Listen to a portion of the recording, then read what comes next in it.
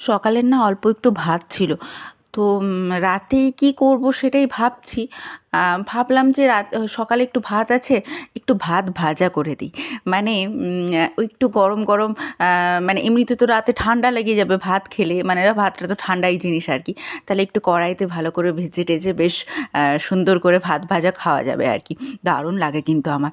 আর আমার না ঘরে সেরকম কিচ্ছু ছিল না, মানে ঘরে দেখলাম সত্যি একটাই শুধু একটা ডিম আছে, ব্যাস। আমরা তাহলে তাই করি, ডিম দিয়ে পেঁয়াজ দিয়ে লঙ্কা দিয়ে একটু হালকা করে ভাত ভাজা, একদম দারুণ জমে যাবে কিন্তু রাতের ডিনারটা। আমার তো ওরকম মানে ভাতটা বেশি হয়ে গেলে, মানে রয়ে গেলে আর কি, তো এরকম ভাত ভাজা করতে কিন্তু দারুণ লাগে। তোমাদের কেমন লাগে ভাত ভাজাটা অবশ্যই কিন্তু কমেন্ট করো। এই দেখো ডিমটাকে প্রথমে একটু আলাদা করে ভুজিয়া করে ভেজে নিয়েছি আর কি। তারপরে পেঁয়াজ লঙ্কা, আর বললাম না কিছুই ছিল না, তবে সর্ষে ফোড়ন দিয়েছি, গোটা সর্ষে ফোড়ন দিয়েছি।